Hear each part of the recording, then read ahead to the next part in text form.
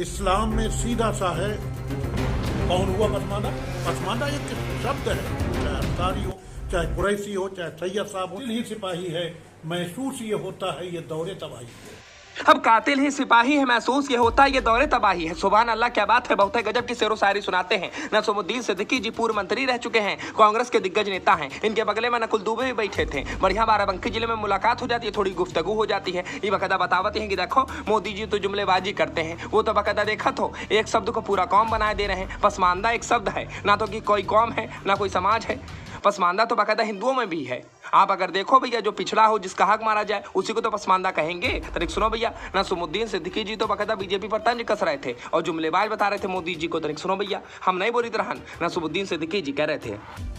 अभी पसमानदा की बात मोदी जी कर रहे हैं कि हम जब पसमानदा की बात करते हैं तो अन्य दलों के लोगों को बड़ी परेशानी होती है, कांग्रेस को, सपा वालों को। तो आप ये बताइए पसमानदा क्या है, कैसे मानते हैं इसको? मोदी जी बहुत काबिल हैं जी, और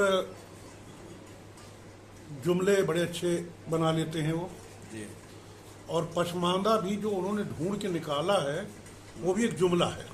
जी, पसमानदा का मतलब क्या है मोदी जी या तो जानते नहीं है या तो जान लें।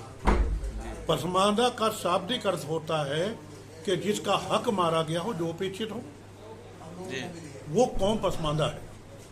इसमें हिंदू मुसलमान से कोई मतलब ही नहीं।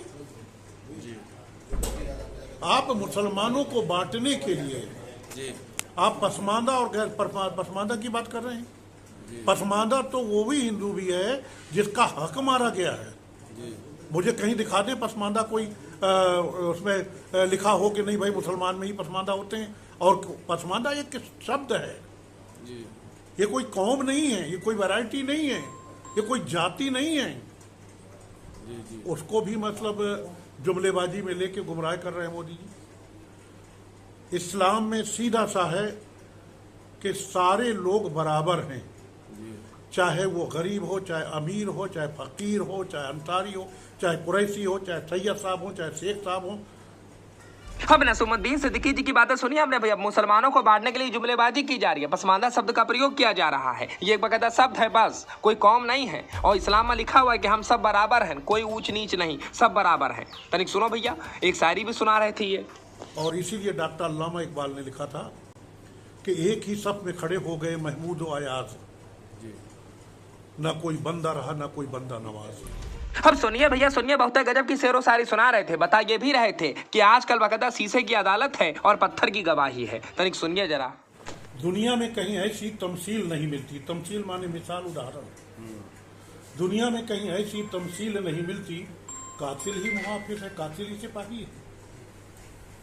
दुनिया में कहीं ऐसी तमसील नहीं मिलती, कातिल ही मुहाफिज है, कातिल ही सिपाही है।